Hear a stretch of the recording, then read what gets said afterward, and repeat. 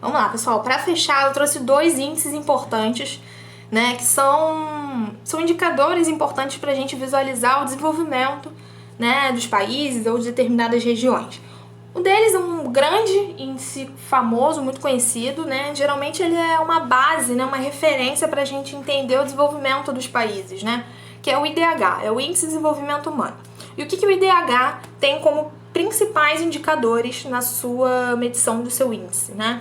É a composição, né, de categorias e características da educação, né, do investimento em educação da população, né, como ela está inserida educacionalmente falando nesse território, a questão da expectativa de vida, né, da longevidade, que vai ter relação direta com a qualidade de vida que a gente falou, né, durante a nossa aula inteira praticamente, e a questão da renda, que a gente vai medir o contingente, né, do PIB desse país, tá?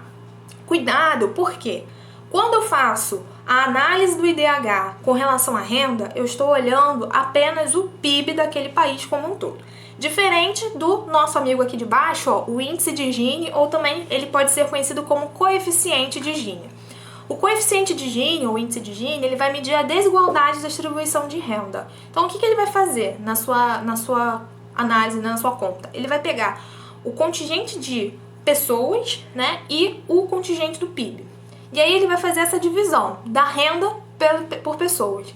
E aí eu vou entender como essa renda, né, está distribuída para a quantidade de pessoas nesse país. Diferente do IDH. O IDH ele não quer saber a proporção de pessoas, e sim, ele vai pegar a renda como um todo desse país e vai aplicar na junção com esses 2 outros amigos aqui do indicador, da educação e da longevidade, tranquilo? Então vamos lá. Quanto maior o meu índice no IDH, né, quanto mais próximo de 1, né, o índice, significa que eu tenho um bom indicativo de desenvolvimento humano.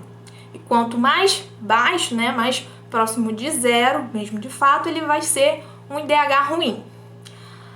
Isso inverte-se quando a gente está fazendo a análise do índice de Gini. Por quê?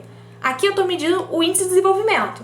Aqui embaixo eu estou medindo o índice de desigualdade. Então, quanto maior o meu número, né, quanto mais próximo de 1, maior vai ser a desigualdade. Então, isso vai ser algo ruim para minha análise, né? Diferente quando eu tenho um índice, né, de Gini, um coeficiente de Gini baixo. Então, significa que eu tenho pouca desigualdade de renda. Isso é algo positivo para a análise do meu país. Por que você está explicando isso, Mayara? A gente vai ter que fazer conta? Não, você não vai ter que fazer conta, mas você vai ter que fazer análise de gráfico, análise de mapa, e muita gente erra, né, de certa forma, essas análises, porque acha que um índice está alto, então significa que é algo bom. Mas no caso aqui do coeficiente de Gini, você tem que prestar atenção que é o inverso, porque ele está medindo a desigualdade, tá? Olha só esse ranking, né, que é o mais recente que eu consegui de 2019, do IDH, tá? O IDH, olha só, eu tenho aqui os principais, né, países com um IDH alto, né, muito alto, que são os países mais desenvolvidos, né? Provavelmente também desenvolvidos economicamente. Noruega, Suíça, Irlanda, os países basicamente europeus. Agora, quando a gente olha o Brasil, né, onde é que a gente está nessa meiuca, né, desse mundo de países? Pois bem, nós estamos ali, ó, na posição 79, a gente tá bem ali na meiuca. Isso é bom? Não, a gente tem que melhorar. Mas isso é ruim? Isso é péssimo? Não, tá? Mas o grande problema pra gente, se a gente pega as análises históricas do Brasil, é que a gente tá sempre na mesma faixa, basicamente.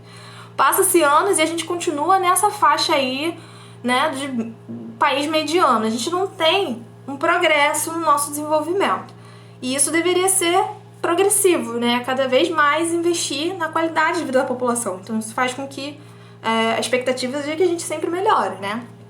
E a crítica, na verdade, do nosso IDH brasileiro é que isso não se modifica muito. Lembrando também que o IDH ele é uma média do país. E a gente sabe que o Brasil ele é um país muito diverso. Inclusive na questão da densidade, como a gente viu demográfica, né? A gente tem desigualdades com relação à ocupação desse território. Consequentemente, a gente também vai ter desigualdades na relação do acesso à renda, né? A gente sabe muito bem disso, né? E também com relação aos serviços básicos de saúde, de educação, que vão mover o aumento desse IDH. Agora, com relação aos países com baixo desenvolvimento humano, a gente vai olhar ali os piores índices basicamente para os países africanos.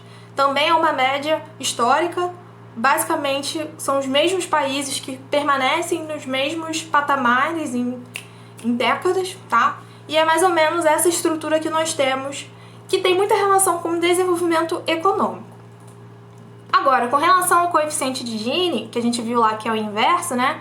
Eu trouxe agora, em vez de um gráfico, em vez de trazer uma tabela, né, na verdade, eu trouxe o dado em forma de mapa, tá? Então a gente tem aqui um mapa que vai trazer aos poucos essas faixas de mudanças de desigualdade econômica. E a gente percebe que quanto maior o coeficiente de Gini, pior são as condições, né? Então no meu mapa, quem tá mais colorido, né? Colorido não, mas quem tem um azul mais escuro vão ser os países, né, que vão ter esses índices, né, de maior desigualdade. E a gente tem um grande destaque para a questão da África do Sul. A África do Sul, que vai ser o país de maior influência regional da África, é uma região economicamente que contribui para o investimento, né, carrega o grande parte do desenvolvimento do continente nas costas, por conta das suas questões de metais preciosos, enfim, uma população de mercado consumidor muito ativo. Ele vai participar até inclusive dos BRICS, né, um bloco, né, pertencente, não um bloco econômico, mas um grupo de países, né, que vão pertencer a um grupo de países emergentes, que o Brasil também está inserido. Então tem uma visibilidade, mas ao mesmo tempo você percebe que essa riqueza ela não é bem distribuída, né? Ela é concentrada na mão de poucas pessoas na África do Sul, né? Então você tem aí um destaque grande para a África do Sul na questão do coeficiente de Gini. O Brasil também tem um índice, ele está entre os 10 piores países com relação à desigualdade de renda. Então significa que o Brasil ele tem um PIB volumoso, mas temos uma concentração de renda, né, essa renda acumulada, né, na mão de poucas pessoas. Isso é um retrato que a gente já consegue visualizar bem no nosso país, mas quando a gente olha numa escala mundo, a gente percebe que isso é alarmante, né? Nós estamos entre os 10 piores países. A gente só não perde para os países ali, né, do continente africano, que sofrem também com a questão do IDH. Então, eu acho que isso torna até um pouco mais crítico com relação à nossa questão, né? Porque nós temos capital para desenvolver isso, mas a gente não tem essa divisão ali de forma sistemática de uma forma equilibrada, né, desse PIB. Tranquilo? E a gente tem aí os índices, né, de coeficiente de Gini mais baixos, significa que tem uma menor desigualdade de renda, né, nos países principalmente europeus, né? Dá uma olhada ali para a Europa, você vê ela basicamente toda branca, a Austrália também, e um destaque também lá para o Canadá, na América do Norte. Tranquilo? Pessoal, espero que tenha ajudado vocês essa análise da população. Semana que vem a gente vai falar um pouco mais sobre outros temas com relação a teorias demográficas, né? Para entender quem foram os principais demógrafos que criaram teorias sobre o crescimento da população e se eles acertaram ou não, quais são as novas tendências. E também a questão do gráfico da transição demográfica, né? Que é bastante cobrado em exercícios, questões, vestibulares para vocês, tá bom? Um grande beijo e qualquer coisa precisando podem entrar em contato. Até a próxima!